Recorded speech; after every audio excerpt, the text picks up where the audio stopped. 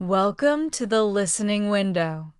Today's story is called I Followed My Gut and Took a Different Train. Sometimes life changes with one small decision. A missed train, a gut feeling, a second thought, anything can shift our path. In this story, a single choice leads to a series of unexpected events that change everything. So get ready to listen closely and repeat after me. Don't forget, you can download the full PDF script by clicking the link in the description. It includes a vocabulary list with meanings and examples, a quiz with an answer key, and a bonus writing and speaking prompt. Now, let's begin. I had packed my bag the night before. I was scheduled to take the 9:10 a.m. train from Platform 3, headed to visit my sister in a small town about 3 hours away. My ticket was booked, seat number confirmed. Everything was perfectly planned, just like always. That morning, I got ready early. I always do. I arrived at the station around 8:40 a.m. The sun was barely up, and the platform was still quiet. I stood by the digital board, sipping from a small paper cup of overly sweet station coffee. I glanced at my phone, checked the time, and scrolled aimlessly. Then I looked up. The 9:10 a.m. train was delayed by 40 minutes, and my heart sank. I had no idea what to do with that time. I hated waiting. It made me restless. I walked toward the edge of the platform, then paced back toward the benches. I sat. I stood. I sat again. Then I heard an announcement. The 8:50 a.m. express train was now boarding at Platform 5. I looked at my watch. 8:46. The train was going in the same direction, but it wasn't my train. I didn't have a ticket for that one. And yet, something in me stirred. I grabbed my bag and crossed over to Platform 5. I didn't even think twice. I just walked straight to the doors as they opened. The train was emptier than I expected. I found an open seat by the window and sat down, my heart racing just a little. I figured I'd explain to the ticket inspector later. Worst case, I'd pay the fare again. The train began to move. For the first half hour, everything felt perfectly normal. The sun now streamed through the window, warming my face. I closed my eyes for a bit. I didn't realize I had fallen asleep until I heard a soft voice beside me. "Excuse me, is this seat taken?" I opened my eyes and turned. A man, maybe in his early 30s, stood there with a polite smile. Dark hair, kind eyes, a backpack slung over one shoulder. I shook my head. "No, please," I said, moving my bag. He sat down, gave me a brief nod of thanks, and pulled out a book. For a while, we said nothing. Just the soft hum of the train and the occasional announcement played in the background. I peeked at the cover of his book. It was one I had read recently.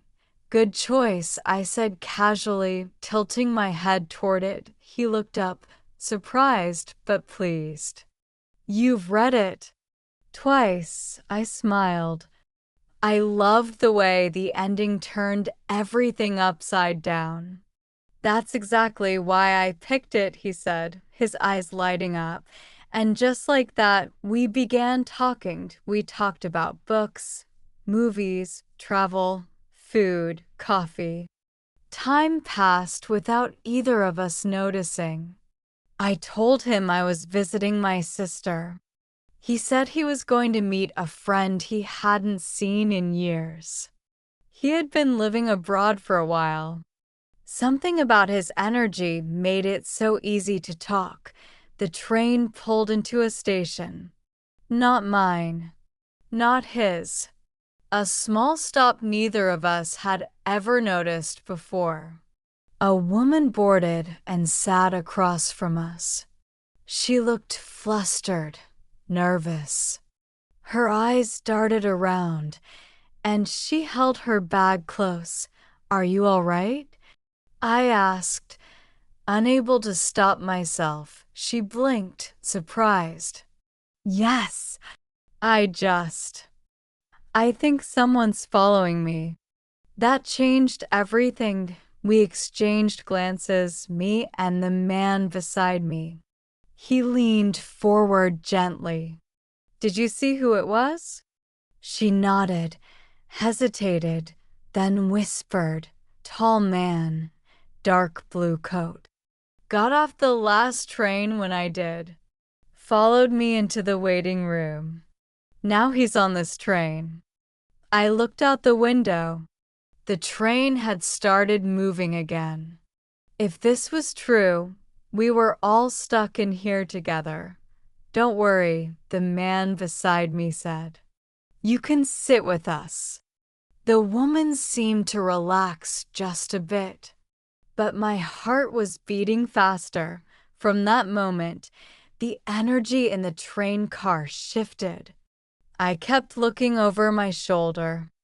I tried to act normal. The man I had just met seemed alert too, his eyes scanning the car.at. The next stop, the woman pointed discreetly. "That's him." A tall man stood on the platform, staring straight at our window. He didn't board the train. He didn't move. Just stared as we left. "I'm calling the police," the woman said. This isn't the first time. The rest of the journey was tense. But she made the call. We helped her stay calm. And when the train arrived at my stop, she thanked us both. The man and I stood on the platform. He looked at me and said, "You know, if your original train hadn't been delayed, I never would have met you." I said. He nodded, smiled, and held out his phone. "May I?" I handed him mine instead. "You first."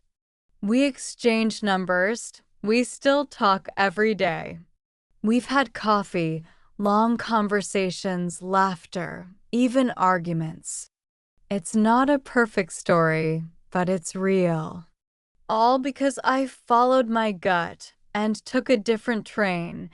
Now, imagine if I hadn't, or maybe, imagine if that train had taken me somewhere completely unexpected. What if everything I thought was coincidence had been carefully planned? That's the twist I want you to think about. What if that man wasn't just a stranger? What if the woman wasn't telling the full truth? Sometimes, a different train can take you down a darker track. Thanks for listening to this story on the listening window. Don't forget to download the full PDF script using the link in the description. It includes vocabulary, a quiz, the answer key, and a writing or speaking prompt to help you practice. And here's your chance to get creative. What if the stranger I met had a secret? Or what if I had taken my original train? How would the story have changed? Comment your alternate ending down below.